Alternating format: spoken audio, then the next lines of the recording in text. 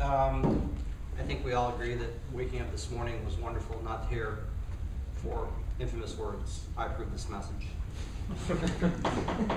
So it's nice to be talking about football. Our rivalry games are supposed to be special events, and ours with Bridgewater was certainly that last week in the Cranberry Bowl.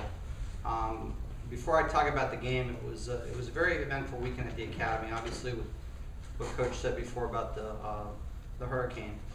You may have read this week that our training ship actually left school on Sunday and is down in New York for about 5 weeks to serve in the recovery efforts. So our captain and vice president of Marine Services drove the ship down with a crew and food services crew. So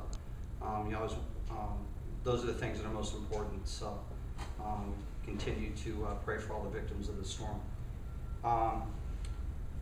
Saturday was just a beautiful day to play football. We had a great crowd. We had over 2,000. It was a rivalry game. It was also a very physical game. On the first play of the game, Bridgewater lost one of their defensive starters to a broken hand.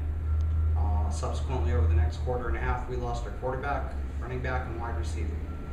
And Mike Stanton got hurt with 2 minutes to go in the first quarter. Had completed 5 of 7 passes, had driven us down the field in opening possession in about 3.5 minutes. Pretty good, but he injured an ankle and didn't play the rest of the game.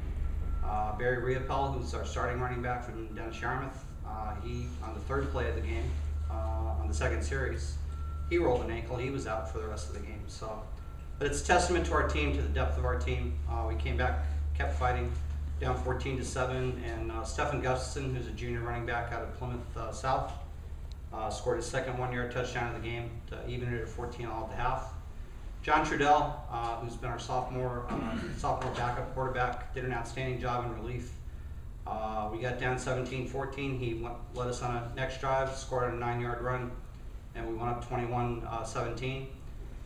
And Bridgewater State does what they do best. They took control of the ball in the fourth quarter. They had the ball for 11 and 15 minutes. They scored twice. Mike McCarthy, who's their junior quarterback from Edgartown, was the Lee Harrington MVP Award winner. He had 2 rushing touchdowns, and that was the difference in a 31-21 game. But all in all, a great year for us. Our 3rd straight winning year. We're definitely on the right track. Coach Cameron has done some special things in 8 years he's been at the Academy. We lose 10 seniors, which hurts. We lose some valuable skill players, but we have an awful lot of skill players coming back. Stanton, as I mentioned, you've heard all year about the records he's broken.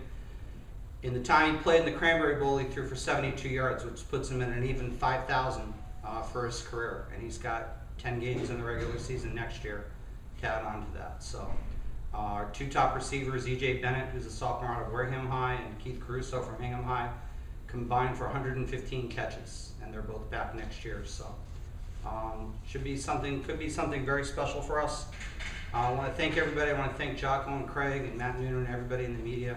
It's been great coverage for us this year. Coach Murphy, good luck to you this week and next week. I think there's a little game you play here next week after Penn. So, and lastly, I just want to wish best of luck to Tom Kelly.